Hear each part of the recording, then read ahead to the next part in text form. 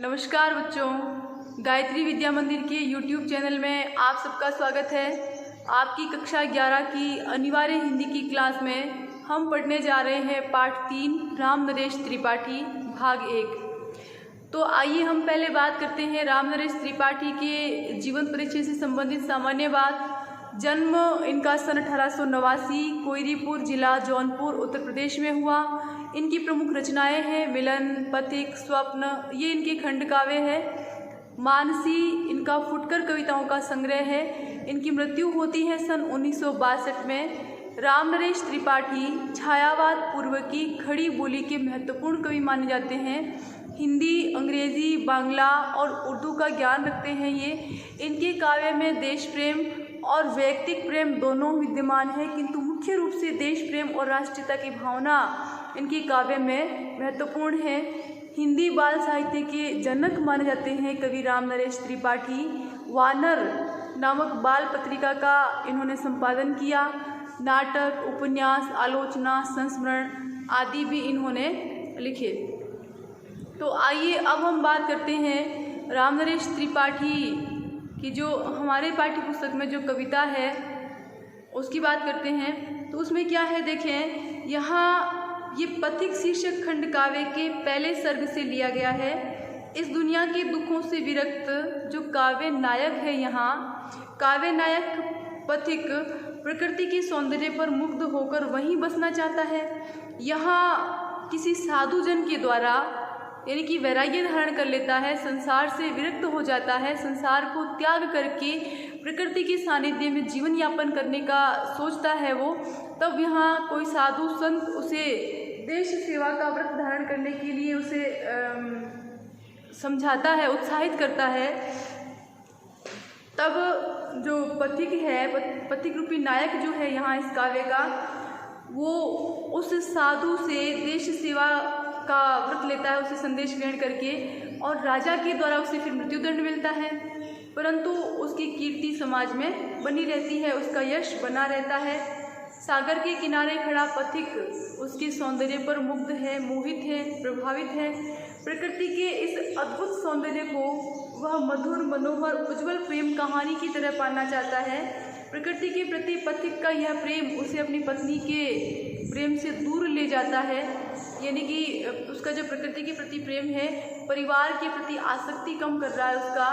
स्वच्छंदतावादी इस रचना में प्रेम, भाषा और कल्पना का अद्भुत संयोग मिलता है। तो इस तरह से आइए अब हम बात करते हैं कविता की। प्रतिक्षण नूतन वेश बनाकर रंग बिरंग निराला, रवि के समुद्र थिरक रही है नभ में वारिद माला। नीचे नील समुद्र मनोहर, ऊपर नील गगन है, घर पर बैठ बीच में बिखरूं यही चाहता मन है। क्या आपने पढ़ा था अभी, क्या सुना था आपने कि यहाँ पथिक रूपी नायक जो है वो संसार से विरक्त होकर के प्राकृतिक जीवन जीना चाहता है,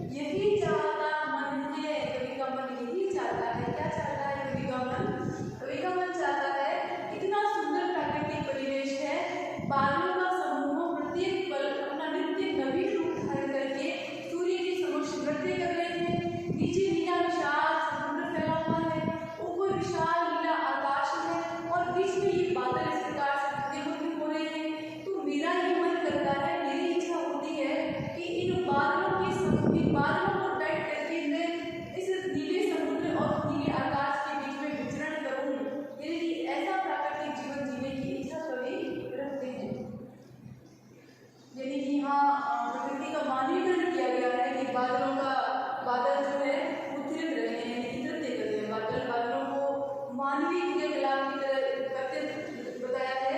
देखिए, जहाँ पर प्रकृति का मानवीकरण कर दिया जाए, अर्थात प्रकृति को या जड़ वस्तुओं को मनुष्य की भांति क्रियाकलाप करते हुए बताया जाए, वहाँ पर मानवीकरण अलंकार होता है। तो बिल्कुल यहाँ पे देखें, यहाँ पे बादल जो है वो अपना नया देश भी बना रहे हैं और सूर्य के सामने नृत्य भी कर रहे हैं बादल।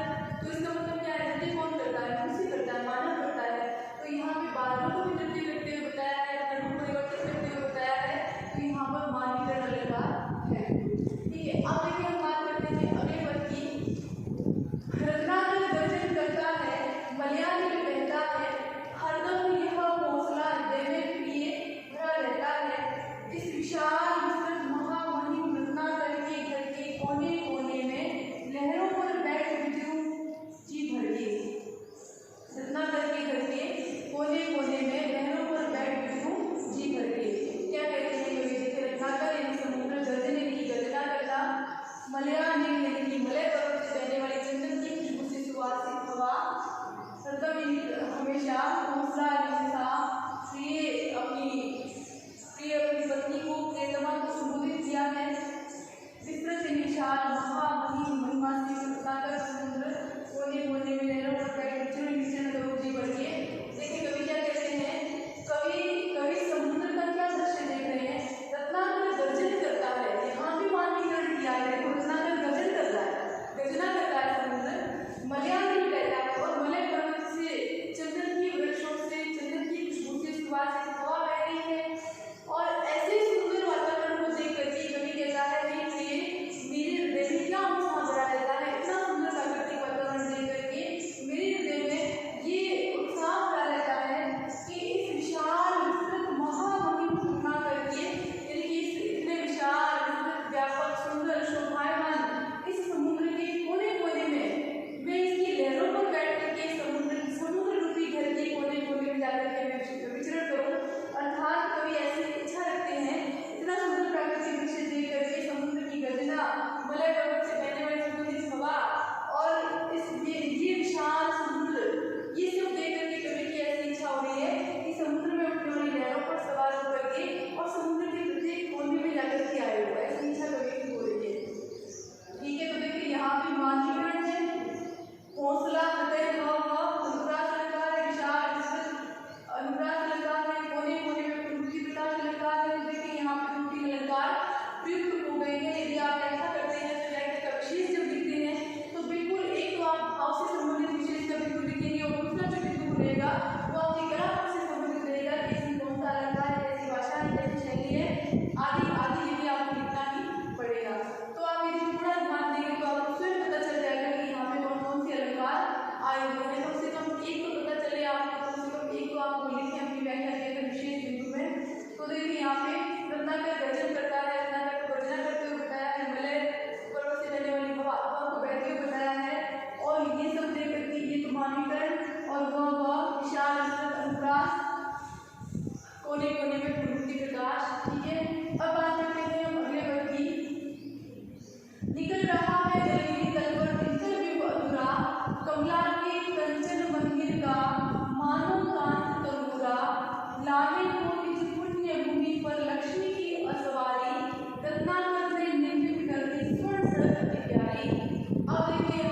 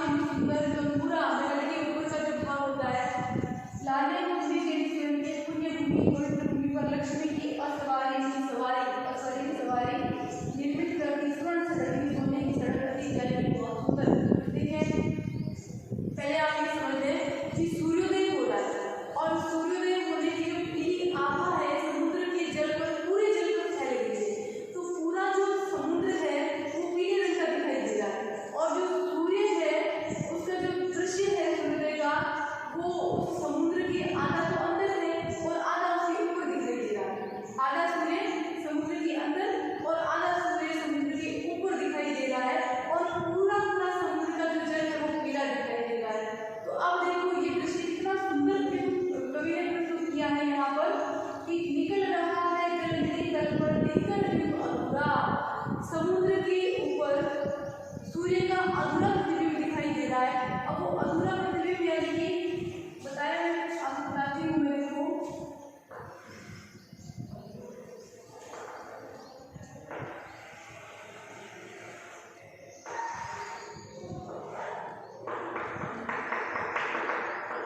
ये इस तरह से आधा प्रतिबिंब दिखाई दे रहा है और ये पीला सूर्य है और पूरा का पूरा इस सूर्य की जो आभा है वो पीली पीली पूरे जल में फैली हुई है। तो अब देखो ये क्या हो गया, ये तो लक्ष्मी का स्वर्ण मंदिर हो गया। स्वर्ण मंदिर इसलिए क्योंकि सोने से बना हुआ मंदिर, यहाँ पे सोना क्या है, सूर्योदय की जो आभा है, कांति है, पीला रंग है, ज्योति है सूर्योदय की जो पूरे जल पर फैल गई, पूरा जल जो सोने के जैसे दिखाई दे रहा है। इसीलिए इसको कमला लक्ष्मी का स्वर्ण मंदिर बता दिया समुद्र को, और इसको बता दिया तंबूरा, क्योंकि ऊपर का जो कलश होता है मंदिर के ऊपर का। ठीक है, तो देखिए बात करते हैं। निकल रहा है जलती तल पर दिनकर बिंब अधूरा, कमला के दक्षिण मंदिर का मानो कांत करोड़ा।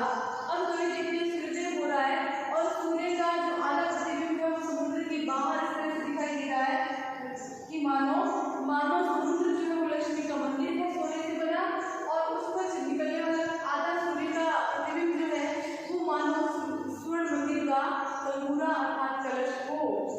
लाने को भूमि पर लक्ष्मी की असवारी, रत्नाकर ने निर्मित कर दी स्वर्ण सड़क अति प्यारी। यानी कि पूरा का पूरा समुद्र का जो जल है वो पीला दिखाई दे रहा है, मानो सोने का बना हुआ, मानो सोने की सड़क बनी हुई है। ये समुद्र जो है, विशाल समुद्र, मानो सोने की सड़क बनी हुई है। सोने की सड़क किसने बनाई है, मानो इस समुद्र ने सोने की सड़क बना दी। किसके लिए, इस धरती पर लक्ष्मी की सवारी कराने के लिए मानो सोने की सड़क बना दी। समुद्र जो है वो पीले रंग से युक्त हो गया, आभा से युक्त हो गया पीली, तो ऐसे लग रहा है मानो पूरा समुद्र जो है वो सड़क है सोने की बनी हुई, और ऊपर से ऊपर के लक्ष्मी की सवारी धरती पर आएगी, मानो ऐसा लगता है। तो लाने पूरी पुण्य भूमि पर लक्ष्मी की सवारी, अपनी पुण्य भूमि पर लक्ष्मी की सवारी को लाने के लिए, धरती को उतारने के लिए मानो समुद्र ने अपनी सोने की सड़क बना दी हो।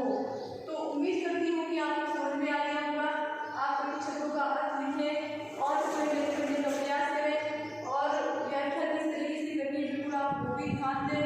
प्रसंग, व्याख्या और विशेष, ये सारे तीनों के तीनों बिंदु जब रहेंगे तब आपको व्याख्या में पूरे में से पूरे नंबर मिले। यदि 3 नंबर की व्याख्या है तो 1 नंबर का प्रसंग, आधे नंबर का प्रसंग, आधे का विशेष, और 2 नंबर की व्याख्या। देखिए आधा